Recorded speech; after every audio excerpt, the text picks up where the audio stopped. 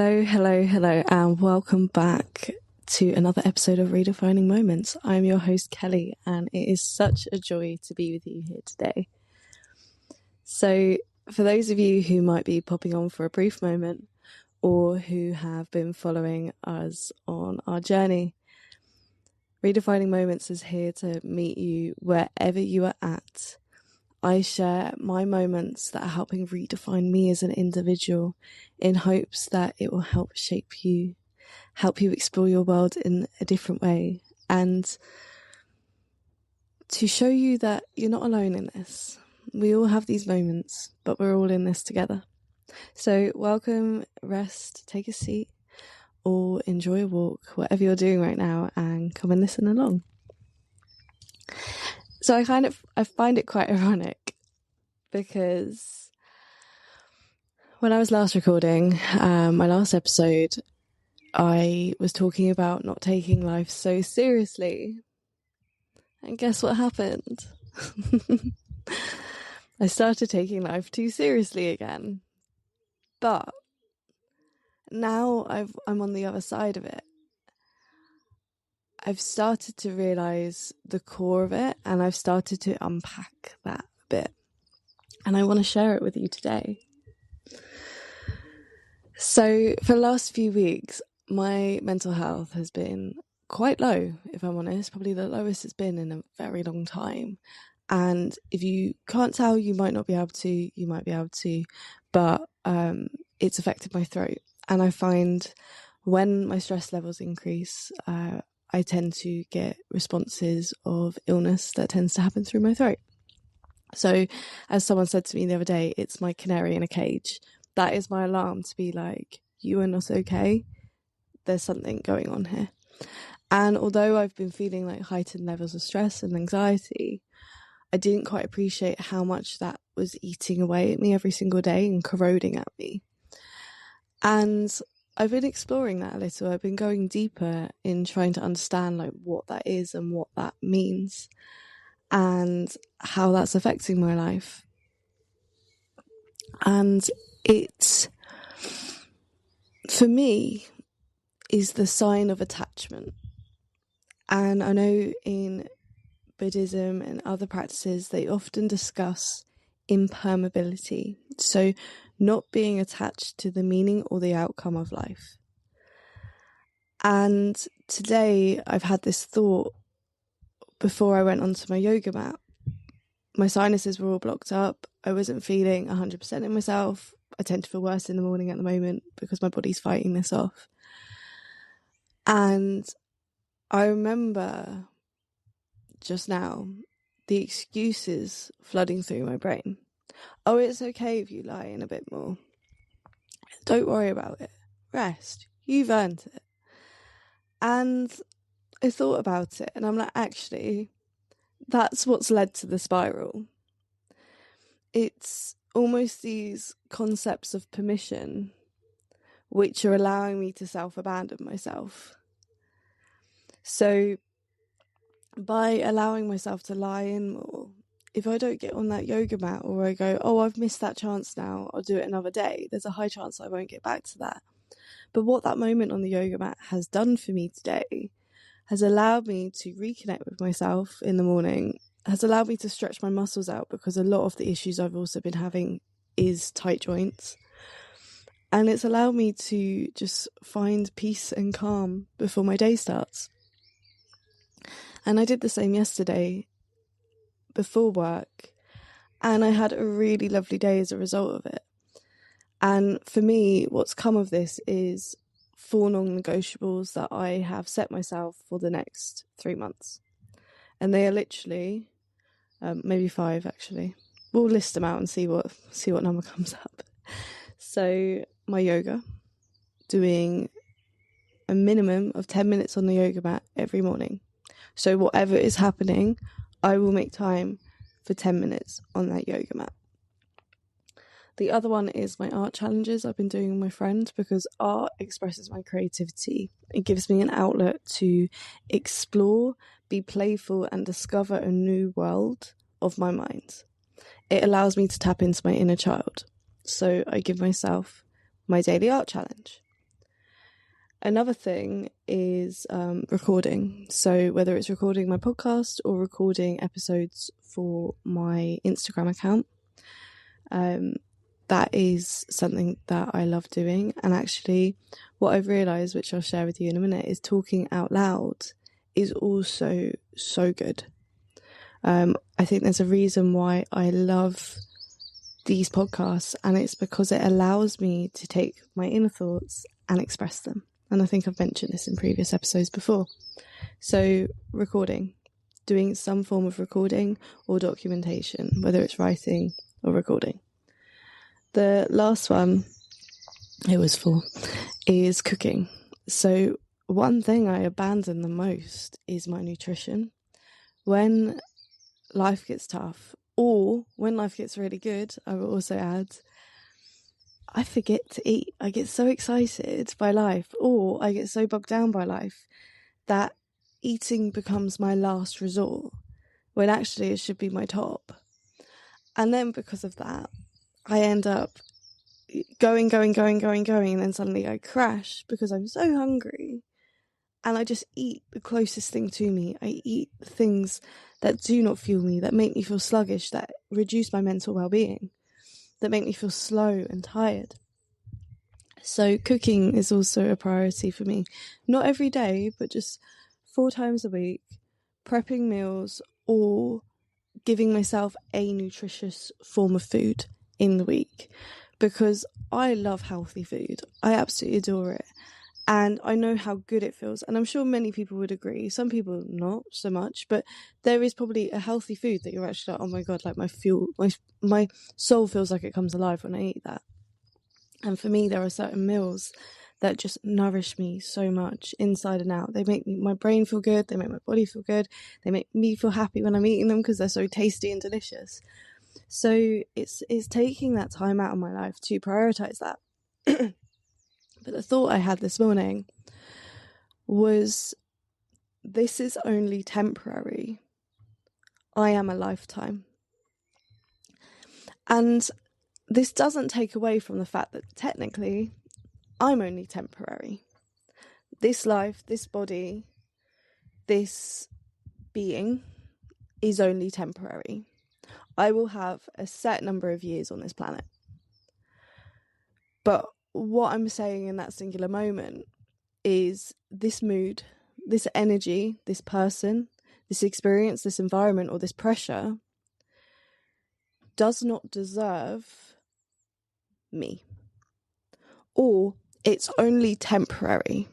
So it doesn't deserve my stress, my worry, my overwhelm, my overthinking, my fear. What is more important is my lifetime. Does this worry, this fear, this overthinking fuel that? Does it add to that? Does it benefit that? If lying about a bit longer actually is what my body needs, then what's stopping me from getting up, doing yoga, seeing how I feel, and then if I'm still feeling rubbish, get back into bed? So what I'm saying, I guess, is these moments are fleeting, whether it's a bad mood, whether it's sadness. And I think that's the hard thing, because when you're in it, when you are in that pit of overwhelm, like for the last 3 months, let's say, it's been getting gradually worse. So it's been like tiny bits and specks of anxiety which has chipped away at me. And then on top of that, when things happen that reinforce the identity that I'm actually carrying in that moment and make me feel worse, which is my choice, but in that moment it doesn't feel like it, I feel trapped, and I don't feel like there's any end to that feeling or that emotion. But what I had to do over the last couple of weeks is explore, what was the point of this to begin with? What was the point of me taking on this additional pressure to begin with? And what's the lessons I can learn from this? And actually, for me, it was learning to take a step back, learning to use my situation as something that fuels my life, that adds value to my life, that makes my life better. The whole point of the life I've designed for myself at this moment in time is to offer me freedom. And the irony is I've been making my own prison. So I said this in a post that I shared yesterday on my Instagram, and actually it was one of my favourite posts that I've done.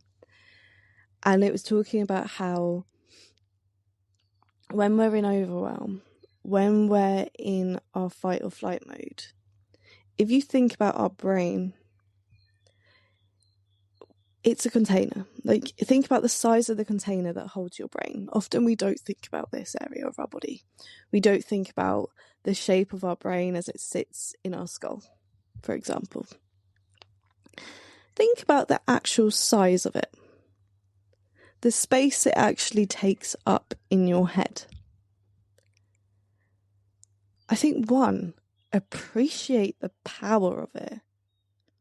Appreciate the fact that it is so resourceful, that it has these thoughts, that it allows you to function the way you do, that it allows you to survive. It stores so much memory and information.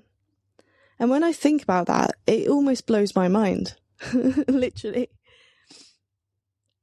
Because it makes me think about how our mind, like if I try to think about how much it stores in comparison to my room, for example, like if I were to take everything out of my head and put it into this space, there's so much, and our brain stores that. I know that's just my little like, oh my god, it's amazing.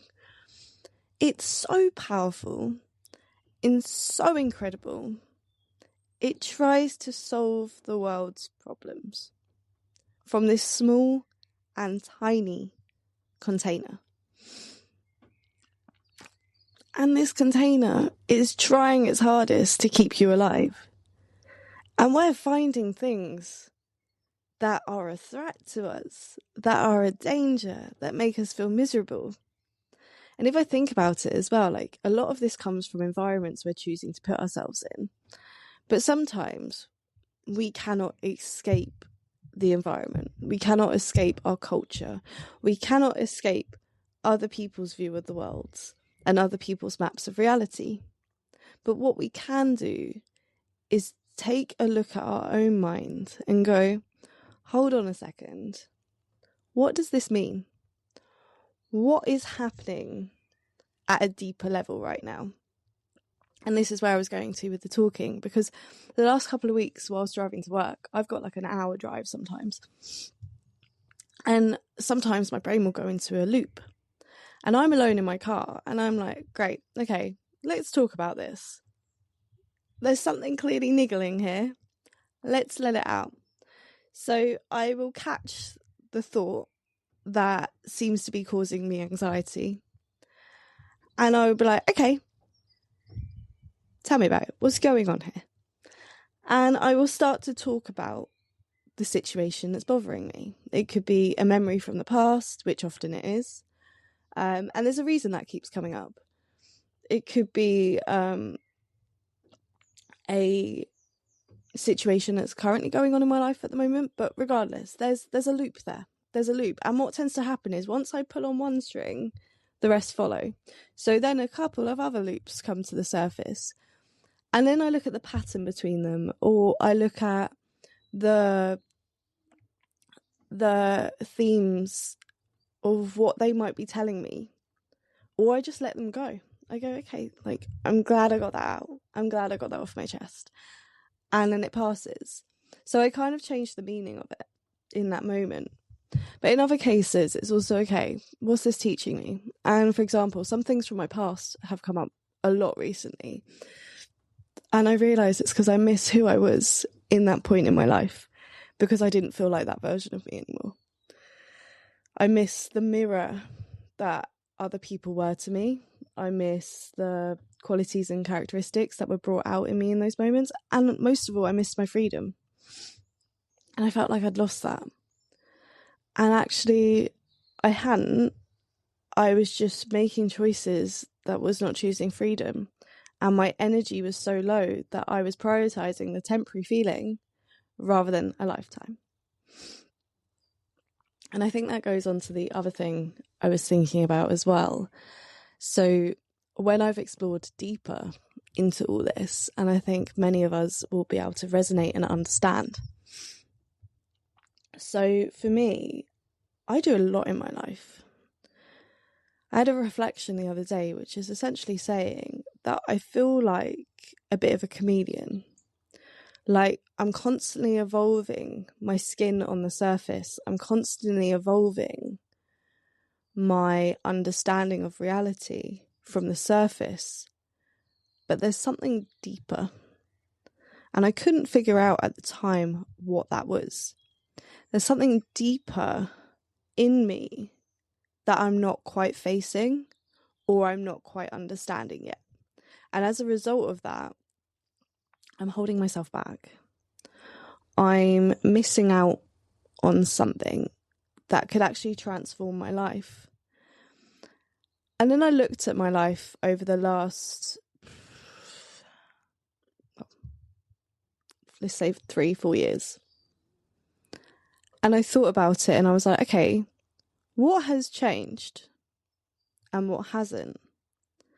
And I realised the things that have changed have been little things that are in my control.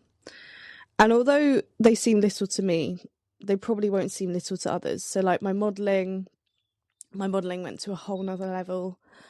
The confidence I felt in myself in that moment was insane. Like, I can't describe the power, the beauty, the groundedness, the self-acceptance I felt in those moments. So that's a big thing. That's a major thing for me. But at the same time, on the wider scale, it was actually a small movement. And I've been making a lot of shifts in my life, like this, once again, this podcast. Making the decision to go back to permanent work was a big thing for me, a major thing, because I've been an agency worker for several years. Making the choices for myself to just take risk or learning, that was a major thing as well. Going out and just trying and just seeing what comes of it. But what I've realised I've been doing over the years is I have been detaching from things. It doesn't mean I don't care. I care even more than I ever have in my life.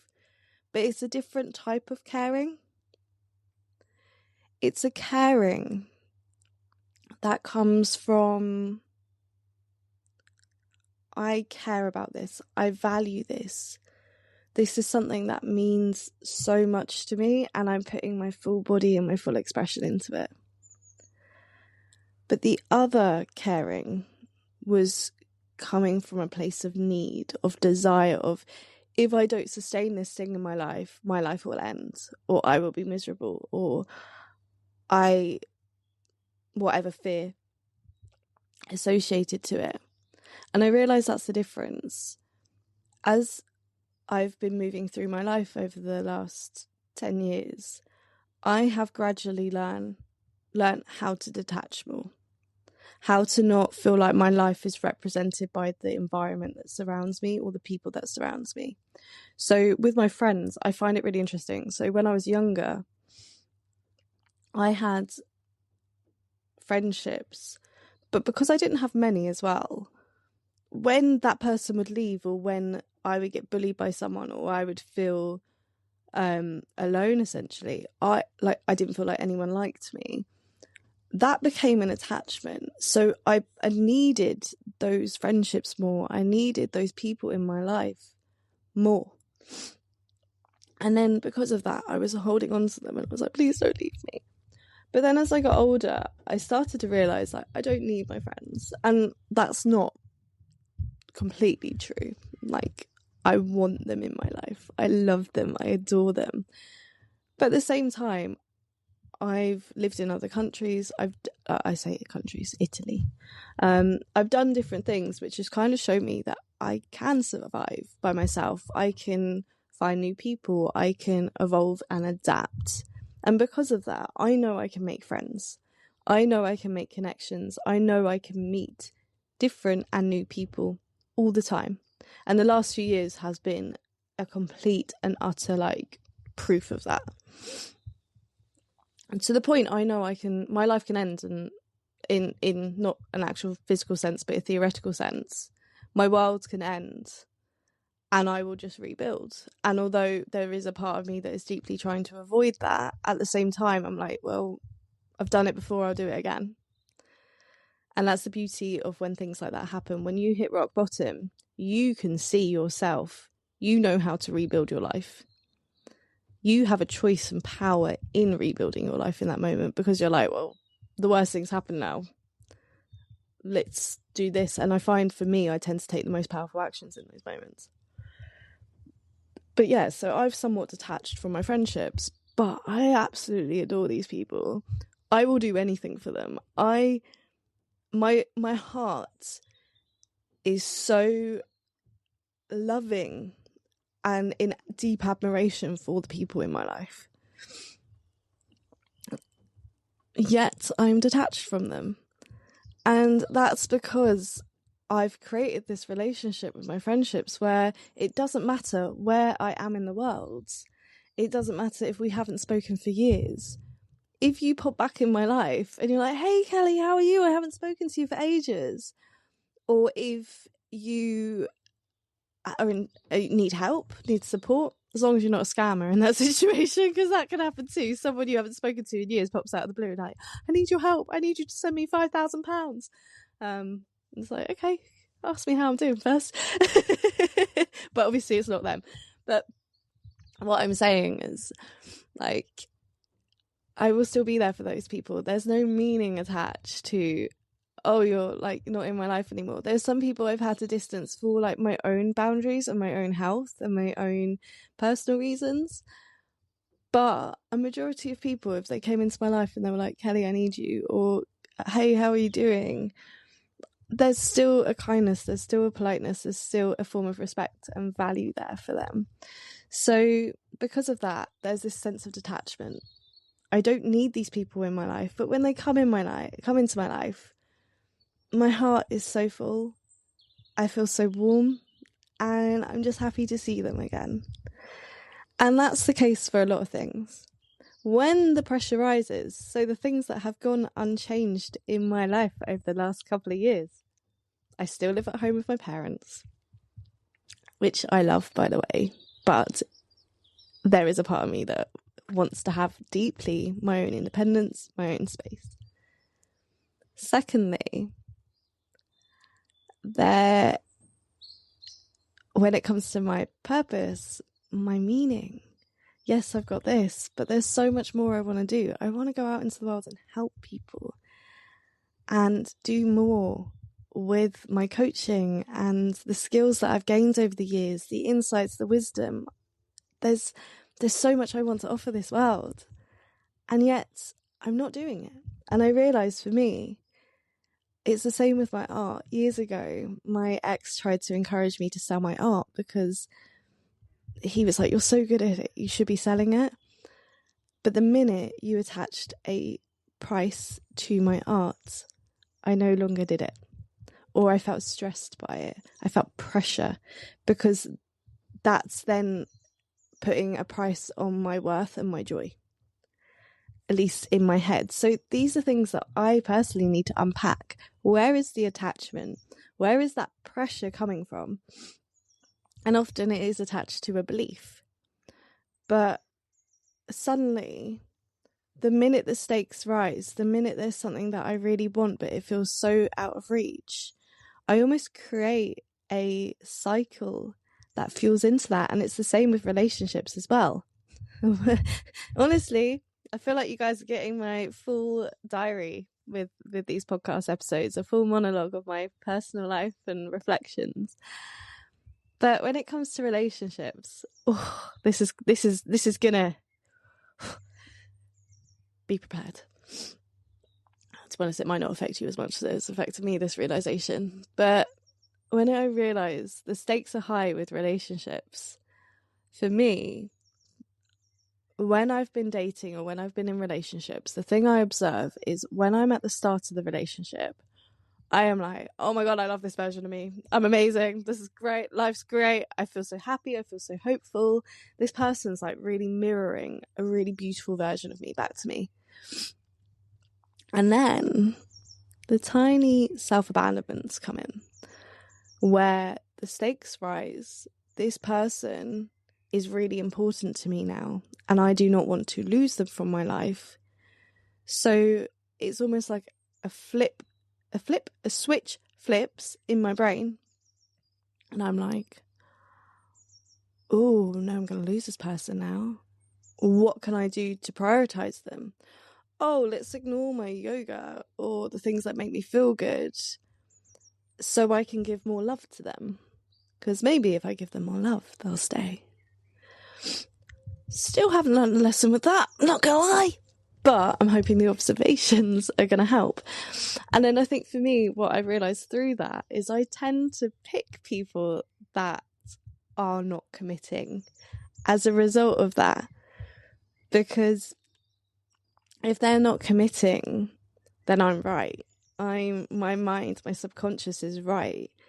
Like, I'm just not going to find someone. And if I'm not going to find someone, at least I preserve myself. At least I get to stay in my happy safety bubble of being single and exploring myself and figuring myself out and, you know, waiting until I'm in the perfect position for that person's come into my life, rather than actually just going out, being the perfect version of myself, which isn't actually perfection, but just grounded, calm, authentic and flexible. And then, yeah, just seeing if another human being, another genuine human being meets me where I'm at. But when you start to unpack these things, it's very insightful, because you're like, there are so many layers to these situations. And like, I'm not going to lie, you guys are getting my layers of years of personal development. You're receiving my insights and wisdom from, years of self-development, self-understanding, and also heavy overthinking. So I don't expect this all to land with you. I don't expect that you to understand everything I've just said or to resonate with everything that's come out of my mouth in the last 30 minutes. But what I offer you is an opportunity to look deeper into your own mind, to take a breath in that moment when life is feeling pretty heavy, and ask yourself, why am I choosing this? Or why would I choose this? If I had written this story of my life, and this moment is a moment that is going to teach me something so profound about myself, what is this moment teaching me? What is it offering me? Because I think that's the problem. When we're in our mental spirals, when we're in our small container and the world feels so heavy and we're trying to fix everything, we get stuck in that. Whereas actually, we become the victim of the situation.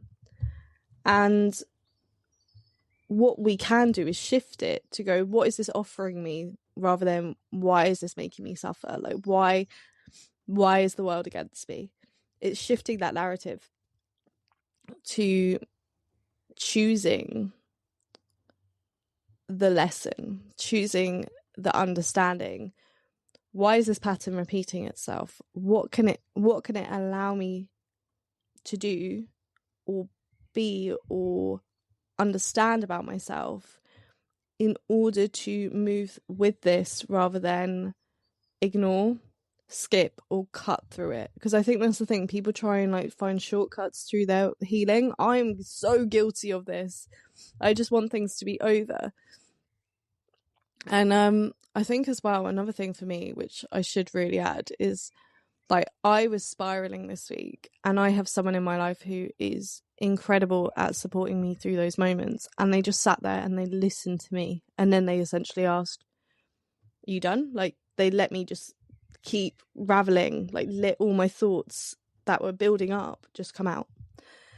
And once I got to the end of that, I felt lighter. I felt like the world wasn't as heavy, and I could almost see the ridiculousness of the situation as it was coming out of my mouth, because I had created something that didn't actually exist. And I will talk to you about that in the following episode. But it's giving ourselves the moment to, have we got people we can trust? If not, maybe explore therapy or talking, I was going to say talking therapies, but counselling, coaching, anything that allows you to go deeper into understanding yourself, or journaling. But sometimes I would say when it's just yourself, even though talking or expressing externally outside of yourself from internally is really resourceful, in some cases it might keep you within the same loop. But allow this to be an opportunity to understand, to go deeper, to see who you are under the surface, and to know yourself that little bit better. Because in truth, these moments are teaching us so much. And as I said from the start of this, they are fleeting. This moment is temporary. You are a lifetime. So how can you choose your lifetime? How can you choose your value and worth? And what is the situation currently taking away from that? So I leave you with that thought. If you think you are really benefiting from this, please let me know in the comments. If you have any insights into how you might go deeper, feel free to share them with me. I am on Instagram as redefining.moments. Also on YouTube, if you're not already listening to me on YouTube. And yeah, I am here to listen. I'm here to just see where we can move on this journey together, because I think the most beautiful thing in this world, as I've said before, is to realise you are not alone in it. And I think when I do these episodes and I think about the audience and the people I'm speaking with, I think about how I am not alone in this moment. I'm not alone in what I'm sharing, because we all experience some kind of suffering in our lives. And it's how we make that lighter, but how we make it an opportunity rather than a thing that gets us down. So yeah, share with a friend, share with a partner, or just follow along with every episode. And I wish you so much positivity, so much insight, so much wisdom along your journey. Until next time.